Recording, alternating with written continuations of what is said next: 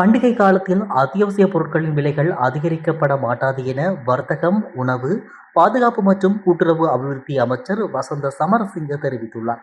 நாடாளுமன்றில் வைத்து அவர் இந்த விடயத்தை கூறியுள்ளார். அவர் மேலும் தெரிவிக்கையில், மத்திய கிழக்கு நாடுகளில் தோற்றம் பெற்றுள்ள மோதல் நிலைமைகளினால் தேசிய மட்டத்தில் எரிபொருள் உட்பட அத்தியாவசிய பொருட்கள் விநியோகத்தில் பாதிப்பு ஏற்பட்டுள்ளது என்பதை மக்கள் நன்கு அறிவார்கள். மத்திய கிழக்கில் மோதல் நிலைமை தொடங்கியவுடன் அத்தியாவசிய உணவுப் பொருட்கள் உற்பத்தியாளர்களுடன் பேச்சுவார்த்தையில் ஈடுபட்டோம். கோதுமை மா உட்பட இனிப்பு உணவுப் பொருட்களின் விலைகளை அதிகரிக்கப் போவதில்லை என்று உற்பத்தியாளர்கள் உறுதியளித்துள்ளார்கள். பண்டிகை காலத்தை முன்னிட்டு சந்தையில் அத்தியாவசிய உணவுப் பொருட்களின் விலைகள் குறித்து விசேட அவதானம் செலுத்தப்பட்டுள்ளது.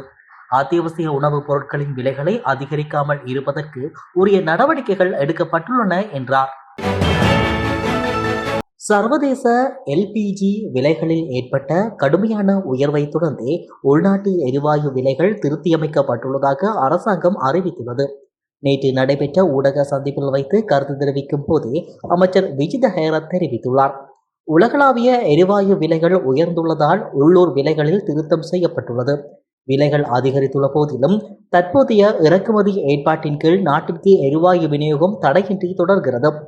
இலங்கையில் உள்ள வரையறுக்கப்பட்ட சேமிப்பு திறன் அதிக இறக்குமதி மற்றும் இல்லாததால் எரிவாயு இலங்கைக்கு அனுப்பப்படுவதற்கு முன்பு தற்காலிகமாக மாலைதீவில் சேமிக்கப்படுகிறது.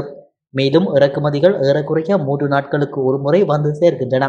இந்த போக்குவரத்து ஏற்பாடுகள் ஒட்டுமொத்த செலவு சுமையை அதிகரித்துள்ளது என்றார். சிங்கள மற்றும் தமிழ் புத்தாண்டை முன்னிட்டு கிராமங்களுக்கு செல்லும் மக்களுக்காக விசேட போக்குவரத்து திட்டப்பொன்றை நடைமுறைப்படுத்த தேசிய போக்குவரத்து ஆணைக்குழு நடவடிக்கை எடுத்துள்ளது. இதன்படி இன்று முதல் ஏப்ரல் மாதம் 20ஆம் தேதி வரை தொடருந்து திணைக்களம் மற்றும் இலங்கை போக்குவரத்து சபை என்பன இணைந்து இந்த விசேட போக்குவரத்து திட்டத்தை முன்னெடுக்க உள்ளன.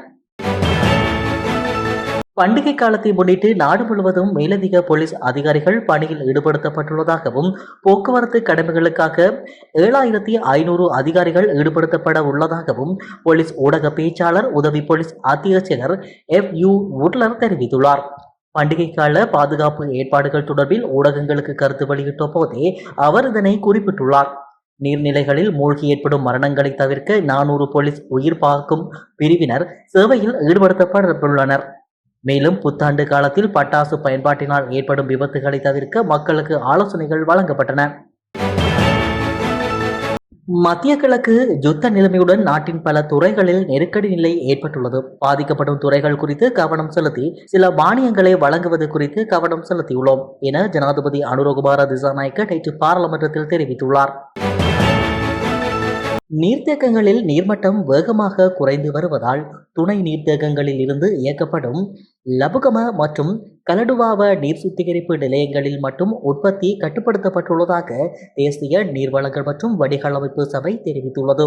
அதன்படி பெலன்வத்த, சித்தமுல்ல, அரைவல, நிவந்தடிய, போகந்தர வீதி, ரத்மல்தெனிய, மகரகம, பிளியந்தல வீதி, மொரகட்டிய வீதி, எரிப்பிட்டிய, கொரகப்பிட்டிய வீதி, நிகந்தகல வீதி, தொலைக்கட சந்தி, குடமடுவ 255 பேருந்து வழித்தடத்திலிருந்து பபுதவ மாவத்தை 255 பேருந்து வழித்தடம் வரையிலான பகுதிகளில் அமைந்துள்ள பிரதேசங்களில் இன்று இரவு 8 மணி முதல் இன்று காலை 8 மணி வரை நீர் விநியோகம் தடைப்படும்.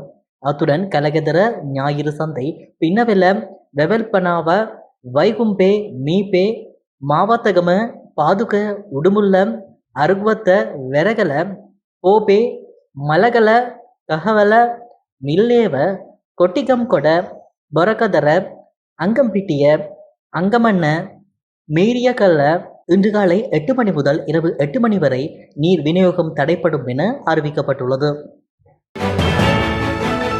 எரிவாயு விலை உயர்வால் நாட்டில் எரிவாயுவை பயன்படுத்தும் குடியிருப்பு பகுதிகளில் வசிக்கும் குடும்பங்களின் வாழ்க்கை நேரடியாக பாதிக்கப்பட்டுள்ளதாக தெரிவிக்கப்படுகிறது.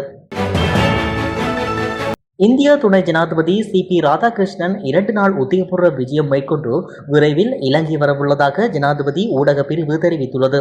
தனது விஜயத்தின் போது இந்திய துணை ஜனாதிபதி அனுரகுமார திசாநாயக்க மற்றும் பிரதமர் ஹரிணி அமரசூரிய ஆகியோரை சந்தித்து முக்கிய இருதரப்பு பேச்சுக்களை முன்னெடுக்க உள்ளார்.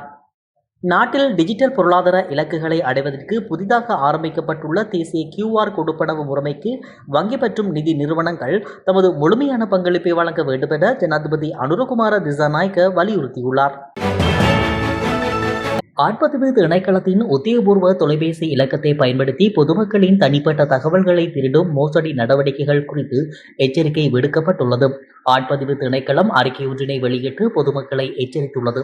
ஆட்பதிவு திணைக்களத்தின் அவசர அழைப்பு இலக்கமான 0115226126 என்பதனை போன்று தோற்றமளிக்கும் விதத்தில் 0115226126 மற்றும் 0115226126 ஆகிய இலக்கங்கள் ஊடாக தொடர்பு கொள்ளும் சில தரப்பினர் பொதுமக்களின் தனிப்பட்ட விவரங்களை கோரி மோசடியில் ஈடுபடுகின்றமை தெரிய வந்துள்ளது. இவ்வாறான அழைப்புகளுக்கு பதிலளிப்பதையோ அல்லது உங்களது ஆளடையாளத்தை உறுதிப்படுத்தும் தனிப்பட்ட தகவல்களை வழங்குவதையோ முற்றாக தவிர்க்குமாறு ஆட்பதிவு திணைக்களம் பொதுமக்களை கேட்டுக் கொண்டுள்ளது. குருணாகல் பொல்காவல பங்களாவத்த பகுதியில் மின்சாரம் தாக்கியதில் 2 உயிரிழந்துள்ளனர். எஹலியகொட பகுதியைச் சேர்ந்தவர்களே இவ்வாறு உயிரிழந்தவர்களாவார். வனவிலங்குகளிடமிருந்து நிலத்தை பாதுகாப்பதற்காக சட்டவிரோதமாக பொருத்தப்பட்டிருந்த மின்சார கம்பியிலிருந்து மின் பாய்ந்தமையினாலேயே இவ்வுயிரிழப்புகள் ஏற்பட்டுள்ளதாக விசாரணைகளில் தெரிய வந்துள்ளது. மத்திய கிழக்கில் ஏற்பட்டுள்ள போர் பதற்றம் காரணமாக நாட்டின் பொருட்களுக்கான விலை அதிகரித்துள்ள நிலையில் மக்களுக்கான நிவாரணங்கள் தொடர்பில் அரசாங்கம் பல தீர்மானங்களை மேற்கொண்டுள்ளது. அந்த வகையில் குறைந்த வருமானம் பெறும் அஸ்வேசுகம பயனாளர்களுக்கான கொடுப்பனவு அதிகரிக்கப்பட்டுள்ளதாக ஜனாதிபதி அனுரகுமார திசாநாயக்க நாடாளுமன்றத்தில் அறிவித்துள்ளார். யாழ்ப்பாணம் செபனி சித்துப்பாத்தி மனித புதைகுழியை பார்வையிடுவதற்கு ஐரோப்பிய ஒன்றியத்திற்கு நீதிமன்றம் அனுமதி வழங்கியுள்ளது. யாழ்ப்பாண நீதிமன்றம் நேற்று இந்த அனுமதியை வழங்கியுள்ளதாக காணாமல் போனோர் அலுவலகம் சார்பில் முன்னிலையான சட்டத்தரணி பூரணி மரியநாயகம் தெரிவித்தார். ஏற்கனவே யாழ்ப்பாணம் திறந்த நீதிமன்றத்தில் செம்மணி மனித புதைகுழியை ஐரோப்பிய ஒன்றிய பிரதிநிதிகள் பார்வையிடுவதற்காக அனுமதி கோரப்பட்டது. இதேவேளை செம்மணி மனித புதைகுழி அகழ்வு தொடர்பான வழக்கு எதிர்வரும் 21ஆம் தேதி மீண்டும் அழைக்கப்பட உள்ளமை குறிப்பிடத்தக்கது. சிங்கள மற்றும் தமிழ் புத்தாண்டு காரணமாக சமூக ஊடகங்கள் மூலமான இணையவழி மோசடி மற்றும் பண மோசடி நடவடிக்கை அதிகரிக்கக்கூடும் என்பதால் பொதுமக்கள் விழிப்புடனும் எச்சரிக்கையுடனும் இருக்குமாறு இலங்கை கணனி அவசரகால பதிலளிப்பு மன்றம் வலியுறுத்தியுள்ளது. பண்டிகை காலத்தில் இணைய குற்றவாளிகள் பொதுமக்களின் நம்பிக்கையை தவறாக பயன்படுத்தி பல்வேறு மோசடி உத்திகளை செயல்படுத்தி வருவதாக குறிப்பிடப்பட்டுள்ளது.